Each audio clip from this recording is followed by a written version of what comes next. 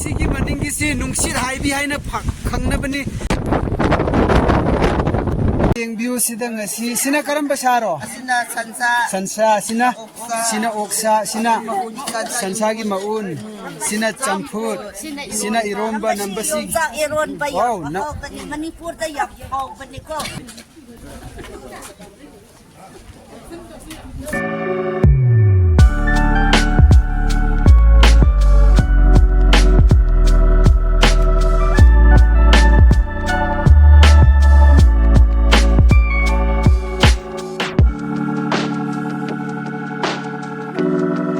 Ay marupsa ngasi phajaba vlog ama semjarakke ngasi hoji ekhone chakadawisi mafam khitang thapi pung ahum gi lambi ni Nambashi da chakadawri nung yungbagi aigi nupi gi mache gi nupa gi nung yungba chakadawri memorial stone unveiling chakadawri ado ngasi chakadawri si ai leire aigi nupi aigi icha aduga aigi ibai aduga itaima ekhoi mi manga chakadawri asi gari da chakadawni ekhoi thapna chakadawri mathang oina yengmin asigo hauji ekhoi chatnangai thorang tawrabani ekhoi gi mathang oina yenghal lakke ekhoi gi yumung khoida kana chakadra haibido chakadawri si somda leire si aigi chanupa Othniel sida aigi nupi si chakadawri jan si aduga somda lakhre ekhoi gi taima si yengu si itaima hai haibiu ni amarak aigi taima si chakadawri ekhoi si punna aduga sina ekhoi ibai nupani yengu somda si ibai na gari thaugadawri ngasi chakadawri si pung ahumni aisu phamba haurage hojik manungda hojik ekhoi si khara mamli pung manga makhai ngandi ngan khrabane pung manga makhai tare hojik si mathang oina yengmani se ekhoi chatpa haurage si thong thingge yare hojik si ekhoi si chatpa haurabane guys yengbiu hojik si am khara mamli hai marupsa ekhoi si jairi pop langkhai da changadawri si yengu si ekhoi Nambashi chakadawri si Thaubal dagi ekhoi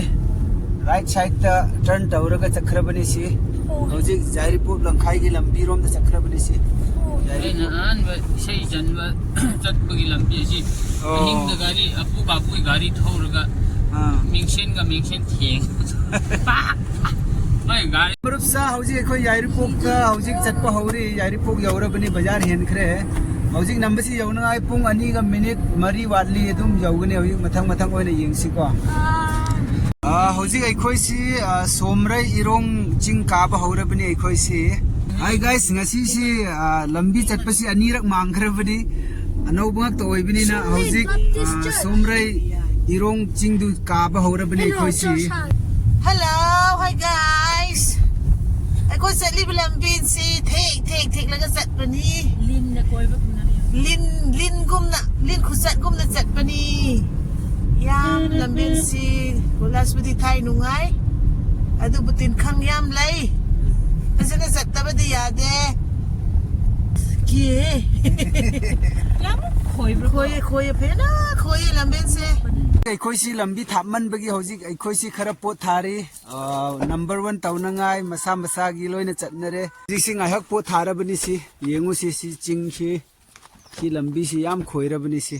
ekhoi si lai si Hi. Kai ko ji na se. si kari mafam la ekhoi khangde maming si sida iri si hairibok hojik ekhoi yaure hairibok hojik si yam nungai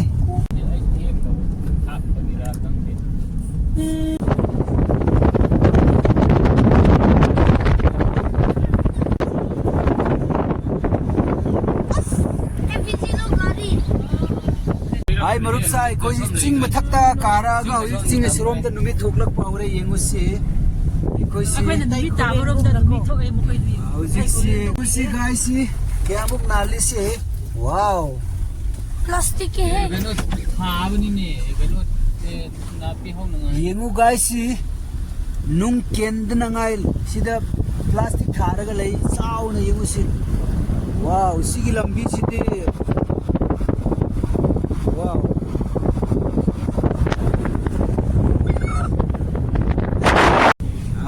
hai ꯃꯔꯨꯞꯁꯥ ꯍꯧꯖꯤꯛꯁꯤ ꯀꯁꯣꯝ ꯌꯧꯔꯦ ꯑꯩꯈꯣꯏꯁꯤ ꯁꯤ ꯀꯁꯣꯝꯔꯥ ꯑꯩꯈꯣꯏꯁꯤ ꯀꯁꯣꯝ ꯌꯧꯔꯕꯅꯤ ꯑꯩꯈꯣꯏꯁꯤ ꯍꯧꯖꯤꯛ guys ꯑꯩꯈꯣꯏꯁꯤ ꯀꯁꯣꯝ ꯍꯦꯟꯈ꯭ꯔꯕꯅꯤ ꯍꯧꯖꯤꯛꯁꯤ कसूम guys नंबसी यौरमदाइदा लंबी सी खितंग नुंगाइते येंगुसी उफुन ngakta oire hojik si guys अखोइसी नंबसी यौद्रिङैदा अनिरक पो थाख्रबनी हौजिस ओथनेल सु इसिंग थकली खौराङगा सि अखोइसी हौजिक मुक चंगलनी चटपा हौरनी लांदा बुदि हिंगनी मोय होय हिंगन लानी बथांगनी ओय खनाना सुसिदा लापो Hello friends, अखोइसी नंबसी यौरखरबा माले हौजिकसी येंगुसी गेट नंबसी खुले नंबसी खुलेन जौरे अखोइसी नंबसी खुलेन ने मामा सिदा इरे नंबसी खुलेन सी येंगुसी गेट तगी ग्राउंड दिसी मथक त नत्रो गेट तगी ग्राउंड ओ खामु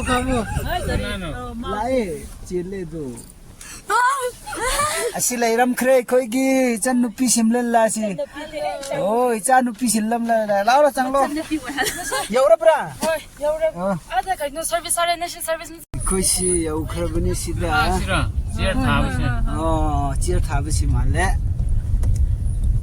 मम्माइ लाइनिङाइ दिलेबो नहीं नसी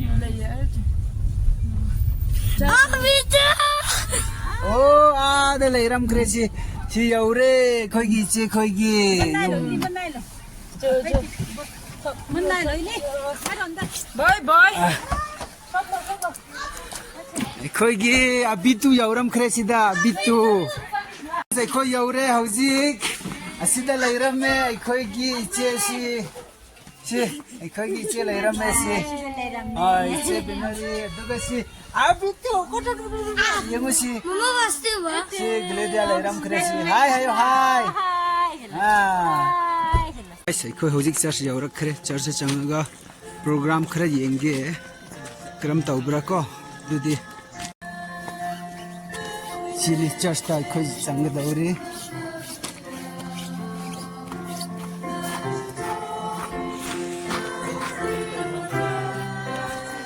लमदाइदा येंगुसी चागा येरुम थंबिरमे चा थाउ हायसी ओ चर्च संगमदाइ खोइ चा थखिगे खोइगी सिया सिसु सिदा लैरमे येंगुसी हाय तौरोने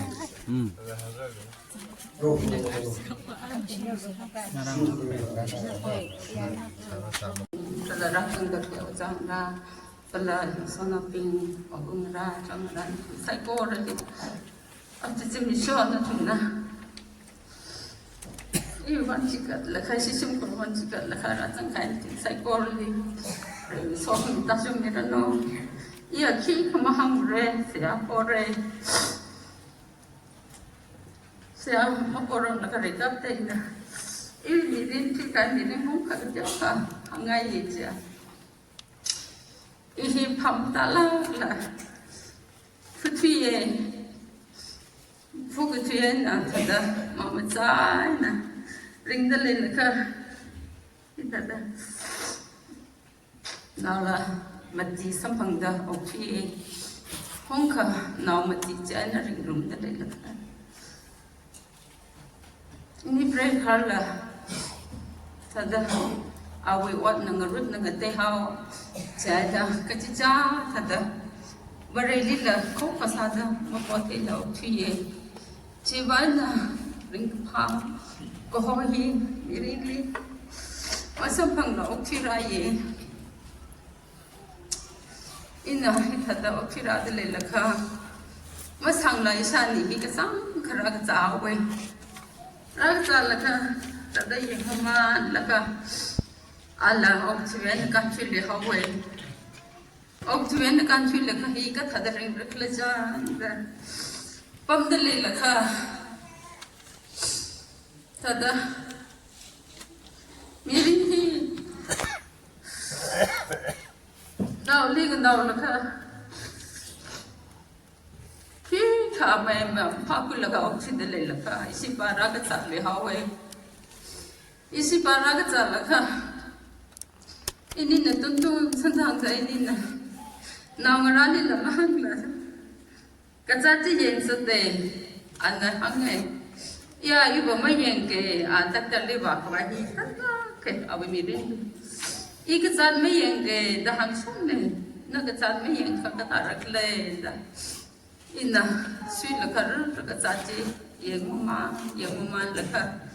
เดี๋ยวสามมาละค่ะยาอีจอดนายเท้าเกถ้าเด fasting ดีเดสก็สาขี้ก็สาเลยนะอาจจะจอดนายเท้าเกแต่หังช่างเนี่ยอินะสาดไม่ยังรักเลยยังเลยแต่ตายจัดละค่ะยังจะโซนเนี่ยยังมาละค่ะก็จัดจีเราเขาชอบเอาไว้จีวิลลี่อีวินิงสักจื้อเอาวินิงสักจื้อจีอีนิงขี้เลยเดมาเทล่ะก็จัดจียังไงอันน่ะนี่ขันเดอีก็จัดไม่ยังไงแต่หังช่วงเนี่ยอินี่ยังเร่แต่ยังนะคะยังมานะคะอินี่เดลิลี่ละกับผมเองจ้าข้าก็ซ้ำข้ากับผมละก็ยังไงเจ้าตำลีอันน่ะเคลเมตจิ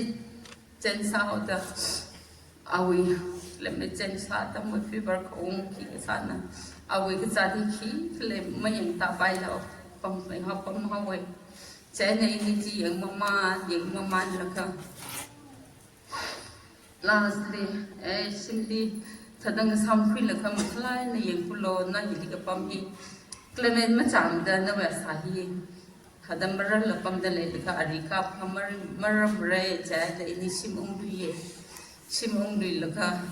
กษัตริย์มาแล้วก็ปั๊มได้เลยแล้วก็ถ้าเดมันเลยคุ้มสิเลยชีวิตอุปขนังนาวีก็จอดนาวีก็ตั้มก็ชูเลยพันนี้แล้วก็จอดอีหันเข้าไปมันเลยอันนั้นแหละอีวิก็จอดอีวิก็จะเท่าแล้วก็ขี้ขลับมาหางให้มันเนี่ยข้าทาละละนอลิมทลายยังโลนอลิตั้มจิตให้โลก็ตั้มนอลิเข้มเข้าไปสาโลก็จีมาหางเองเจนนี่นั่นแหละพิซาดไม่ยังรึกเลยอีนอลิเข้มเข้าไปสาเรได้หางเองอันนี้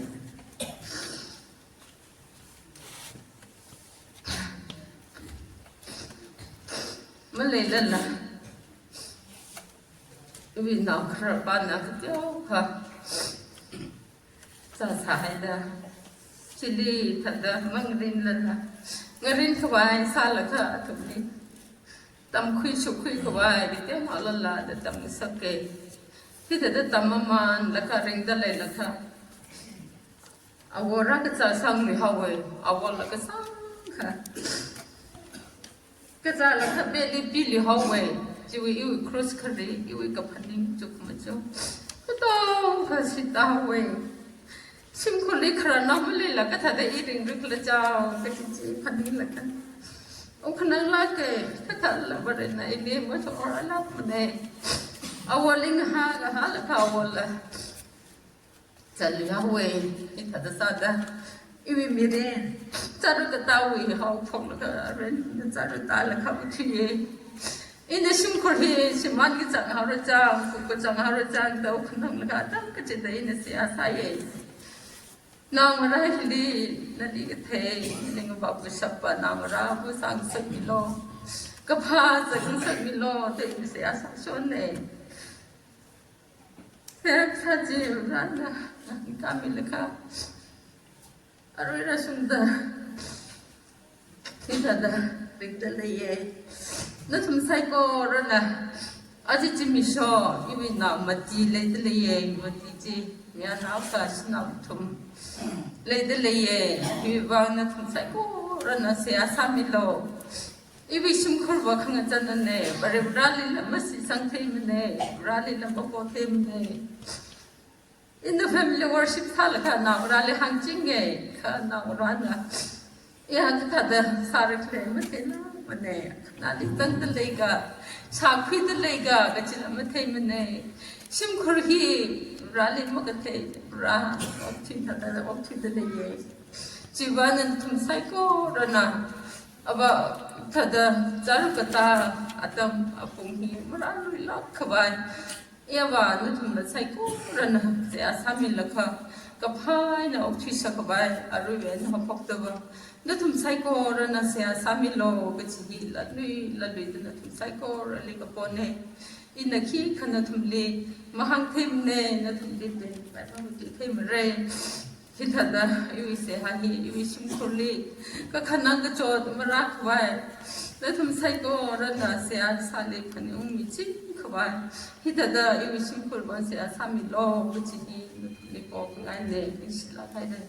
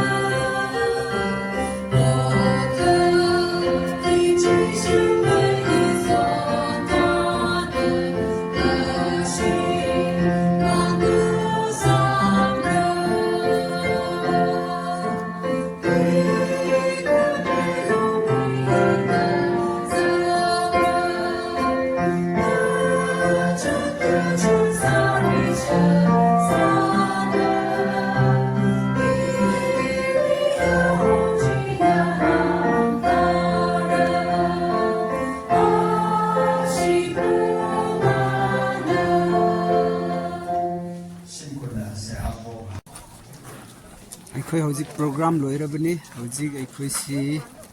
ꯏꯟꯗꯣꯔꯗꯒꯤ ꯊꯣꯛꯂꯛꯈ꯭ꯔꯕꯅꯤ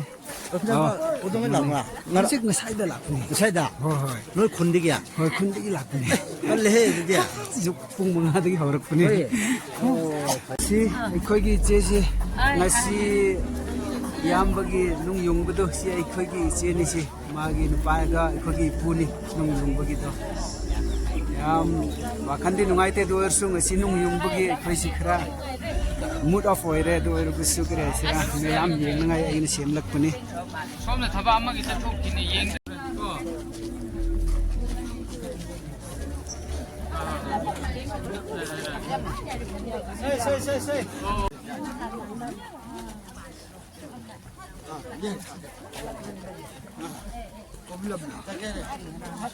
Guys, hꯧꯖꯤꯛ ꯑꯩꯈꯣꯏꯁꯤ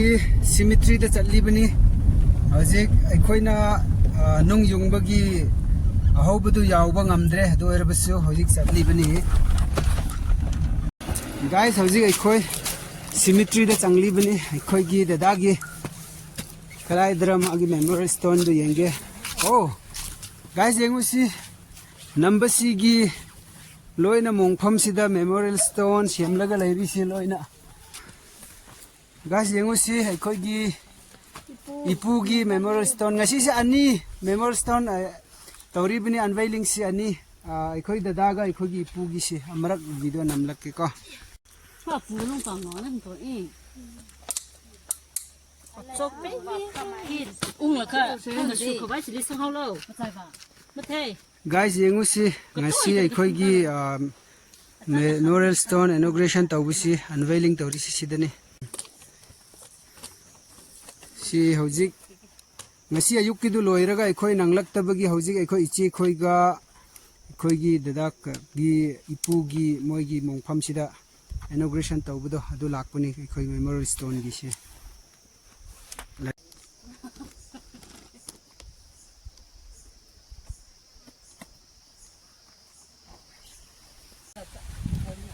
hojik akhoi mukka dadagi nung yungbagi dromda muk chakadawri sina ipugi ni ngasi si ipugi nung yungbaga dadagi nung yungba ani mak pangthoklibani mafam ani da Nambashi gi mongpham si nungai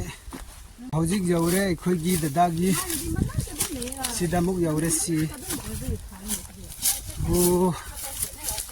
akhoi dada Machihan gi si yawre buni ngasi si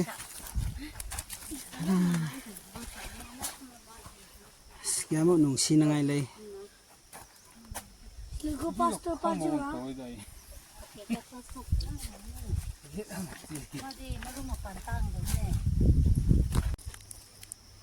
Sina akhoi gi dada Machihan gi nung yungbagi ngasi inaugurate tawbado duni. Do akhoi di yawrakpadi ngamde do arso hojik church loiraga lakpani sida. Kun thapman bagini guys yengbiu sinoina mayamna khanglamgani. ꯑꯩꯈꯣꯏꯒꯤ ꯁꯣꯝꯗ ꯂꯩꯔꯦ ꯏꯆꯦ ꯁꯤꯅꯦ ꯑꯩꯈꯣꯏ ꯏꯆꯦ ꯋꯥꯁꯇꯤ ꯑꯗꯨꯒ ꯗꯗꯥ Machihan ꯃꯣꯏꯒꯤ ꯅꯨꯡ ꯌꯨꯡꯕꯒꯤꯗꯃꯛꯇ ꯑꯩꯈꯣꯏ ꯂꯥꯛꯄꯗꯣ ꯐꯔꯦ ꯒꯥꯏꯁ ꯑꯩꯈꯣꯏ ꯃꯊꯪ ꯑꯃꯨꯛ ꯆꯠꯀꯦ ꯑꯩꯈꯣꯏ ꯆꯥꯛ ꯆꯥꯒꯗꯧꯔꯤ ꯍꯧꯖꯤꯛ ꯆꯠꯂꯒ ꯆꯥꯛ ꯆꯥꯒꯅꯤ ꯑꯗꯨꯗ ꯃꯊꯪ ꯑꯣꯏꯅ ꯌꯦꯡꯁꯤꯀꯣ ꯍꯧꯖꯤꯛ ꯑꯩꯈꯣꯏ ꯆꯠꯀꯗꯧꯔꯤ ꯆꯥꯛ ꯆꯥꯕꯒꯤꯗꯃꯛꯇ ꯑꯗꯨ ꯃꯊꯪ ꯑꯣꯏꯅ ꯌꯦꯡꯁꯤ ꯑꯩ ꯌꯦꯡꯍꯟꯒꯦ ꯃꯊꯪ ꯅꯥꯏꯅ ꯍꯧꯖꯤꯛꯁꯤ ꯀꯔꯤ ꯁꯦꯝꯕ꯭ꯔꯥ ꯌꯦꯡꯁꯤ ꯍꯧꯖꯤꯛꯁꯤ ahanbada sida leire karira si ahanbada yesi sidi chak malle sidi chak oire aduga sina karira oksha ni ne si yengusi guys si oksha wow aduga sigi maningi si nungsit haibi haina khangna bani pasi yengusi da leira me lanthong chingda phajana tinnaba si unaw thanji sida leiram khresi ai inaw nu pasi as masakshi fajarame he chak sanaba mafam ahum mari da thorang tawba malle amma ani ahum siga mari da somda chak arrangement tawba loire si leisabi ngak tane si mukhai si Nambashi ngak leisabi ngak tane ko Nambashi gi ko mafam ahum da semba malle somda so nangana ai si sidasu amma semaga leire sidasu semaga yengbiu sida ngasi sina karamba saro Asina sansa. sansa sina oksha sina sansa gi maun sina champut sina iromba Nambashi Yongchak Iron ba Wow, yan? na- Manipurda Yamna ba ni ko? hoi Nambashi ki. aisu lanthong sing da phajana chabani he o prasna tawi haibro o hei chak yen ga dau ba khoi sida loi leire phajana si MLA gi mamin kari kauba si yung si Koi MLA le show kai singi MLA koi punja kan kendra ke. oh leisio kaising gi yum ne ko o MLA Koti si punja kendra ke MLA ke koi ke le show kai singi ma. oh sajik chak yen ba hore sajik chak sarani si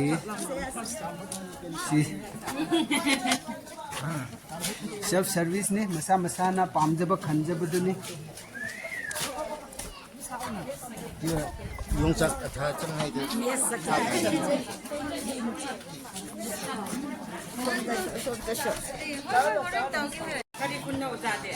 aisi Aimol chingnong hut ne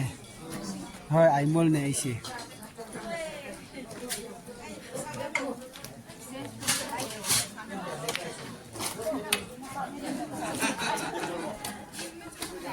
mafam marida arrangement tawbani na midi yam kungloi langani haibadi chak chanai mafam si yami amarom da muk chachi ko guys ngo sida su chak yelaga leiri sida sina nupi angang macha khoi gi male hoi sida chak yen ba hore masa na pamje bidi lobje bani si sina singju yelli amana champut amana sa oksha su yawi sansa su yawi manung sa bi yaw bro yaw de ko ai ro ai si ichi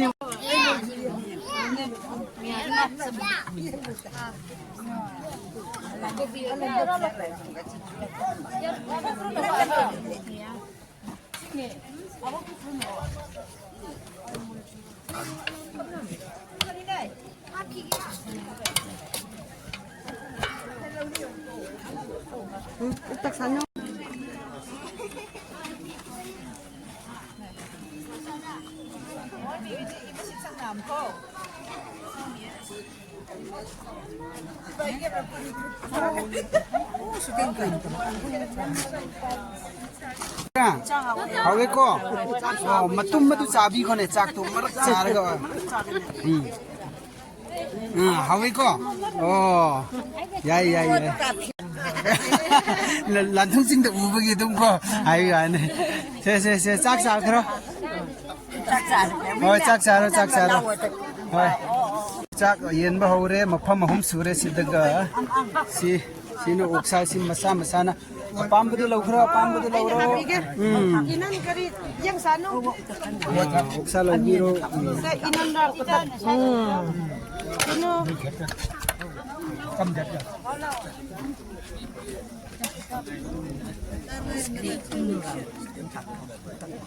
실험대 하우라 하시는데 거기 sina salad ro sina salad ko tui luitrong khat Ida, luitrong nang tamo he. nima luitrong kai ta ya mene ra gala guys yengu sida sa yemsi mafam mahum sure sida adaga mari mafam mari da yelli bane asi Nambashi gi pakhangak ta male ko khara nambi ge sibu khaisi hinjang si karam tawi hawbro yam hawi ko kan kap ni ne chao kan kap ka do ni omen ma ke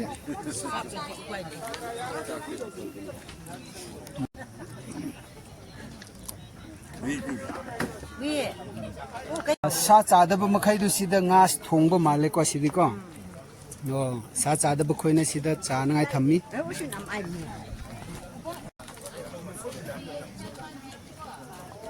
sida chak charaga lairi bane mathang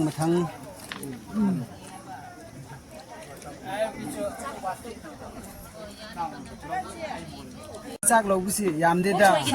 boy gira ainang gi din atte ko ngasi hinjang haubra da 하위고. ngasi hinjang haubro uncle. Hawe Hawigo. Oh. Yakin Yamna Sani. Nambashi ki khunsi karam taubra nungai bra. Nungai ko. Hoi. Oh. Imilege Kunoi Mina. Isingdi karam tawi ching mathak da leiri sidi. Ay, ising Nang nakana. Ai gi da si lauram khre. Ha. Hauro phajana chakro.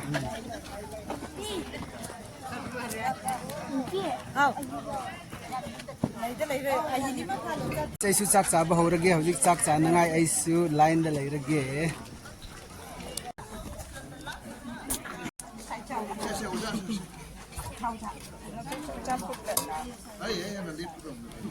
Tara lasang miao lo. Karena kami lagi. Iba hantar.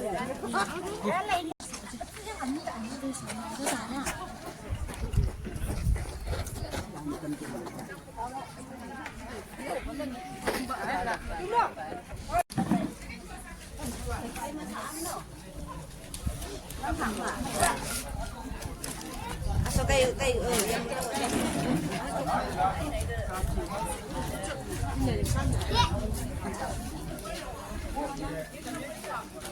Saksa wa horage makai si.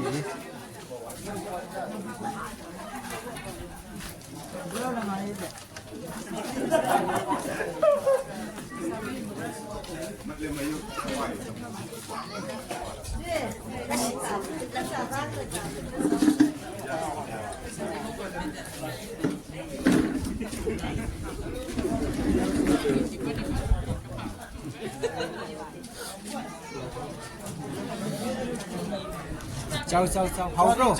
Ngasi hinjang morok met pasi karam tawi hau bro. How would you manam the Sukhan Kre? Oh. Fare dede. Ha. Asidana hinjang thongba male moi si arrangement tawbagi ngasi gi chak chana ba thabak makhai si ko. Chaba horo. Awe. Hau bro. Awe.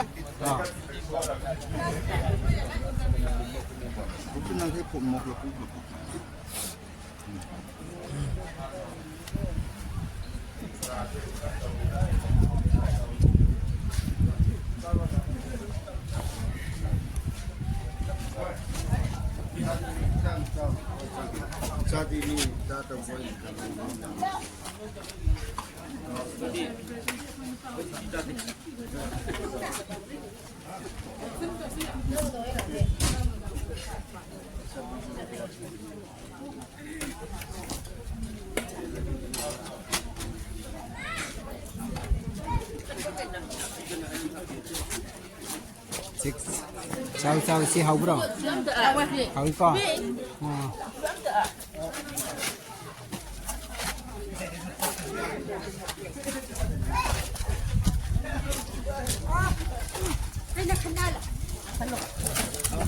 Chaisu sak lo ba horage hoji.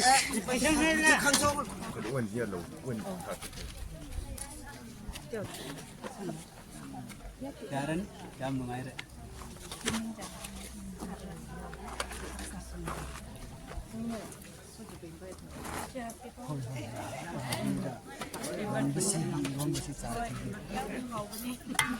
Sak sa ba horage yengu sida. Bani hain. Musi aikoigi siyasi. Masak ka manna bra yengu sa chaga dawri shup chaubasi. Ai somdu chare he aikoigi chui khoisi. Hau bro. Hawe ko. Boy hau bro. Dinner. Oksan chage. Inju amai leva amto. Dushe kan. Ibai si sida chak chare. Hau bro ko. Hai bai. Hawe. Amrak chaudna. Ibai si chak lamba male phajana chai. Sang hawe ko. Oh, amrak oksha mahausi chabiyo ne pu. Oh, chak ni. Oh, chabi phajana. Oh, charo.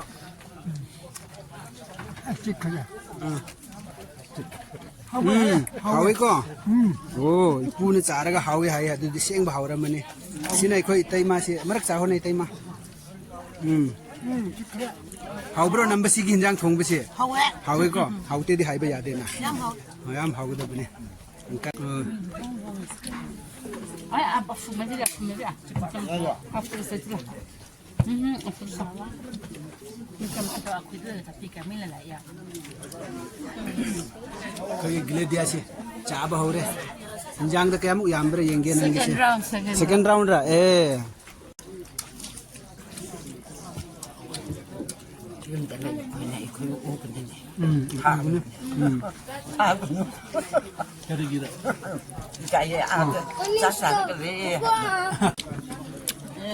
Taro.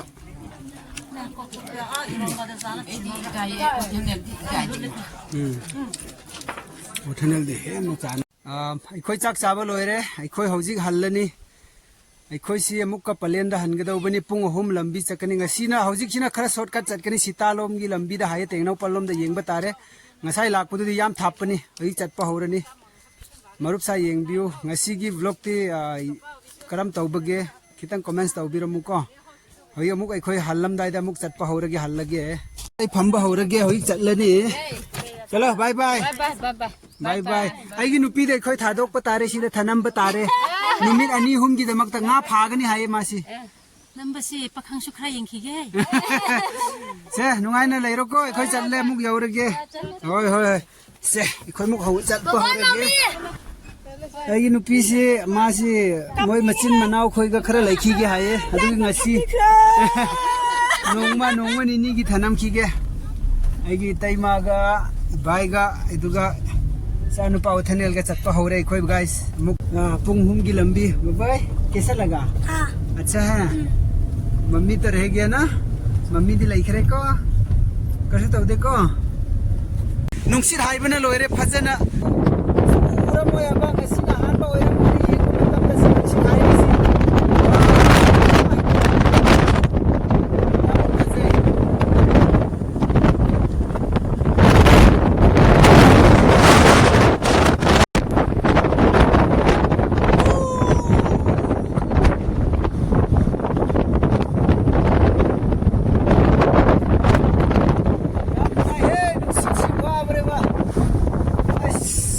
nungsit hai ke nungsit jambi de ini saya doi dung dia ya kan lin sa ge rap sulta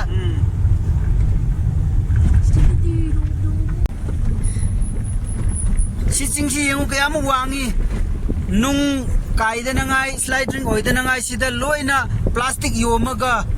jot pi na thabra plastic si phajana jaira ga rairam ne Of kina ngai le he marup sa khoi si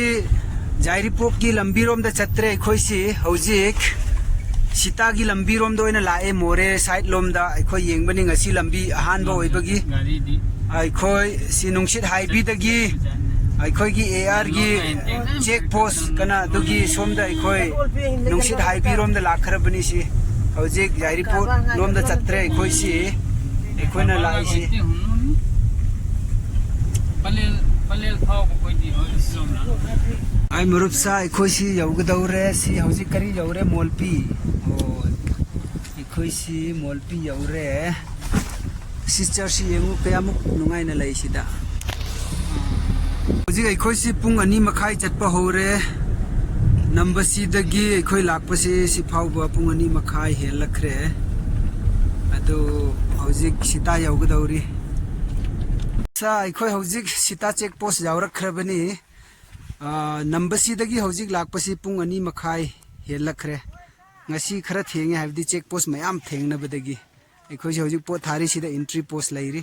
adagi damakta hojik khoi chakani palenda hojik somda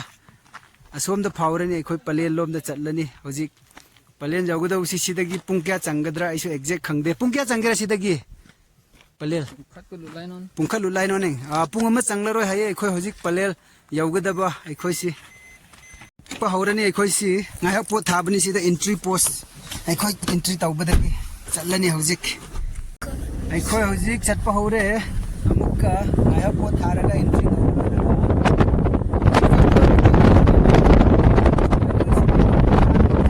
ꯃꯔꯨꯞꯁꯥ ꯍꯧꯖꯤꯛ ꯑꯩꯈꯣꯏꯁꯤ Tengnoupal check ꯄꯣꯁ entry ꯂꯣꯏꯔꯒ ꯂꯥꯛꯈ꯭ꯔꯕꯅꯤ ꯑꯩꯈꯣꯏꯁꯤ check ꯄꯣꯁꯇꯨꯗ video ꯅꯝꯕ ꯌꯥꯗꯦ ꯑꯗꯨꯒꯤ ꯃꯔꯝꯅ ꯃꯁꯤ ꯑꯩꯈꯣꯏꯁꯤ ꯇꯦꯡꯅꯧꯄꯜ ꯆꯦꯛ ꯄꯣꯁ ꯂꯣꯏꯔꯒ ꯁꯤ ꯅꯦꯁꯅꯦꯜ ꯍꯥꯏꯋꯦ ꯐꯖꯕ ꯂꯝꯕꯤꯁꯤꯗ ꯆꯠꯄ ꯍꯧꯔꯦ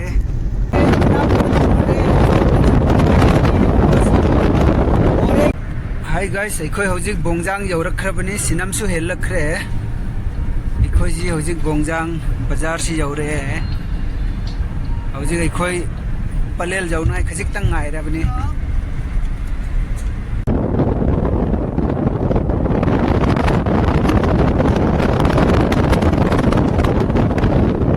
अगी चानुपासी याम वारबनी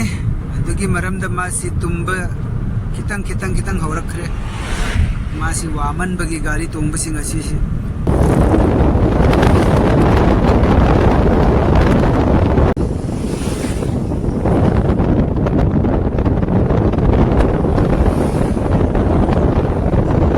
ngasi haiba numit sidi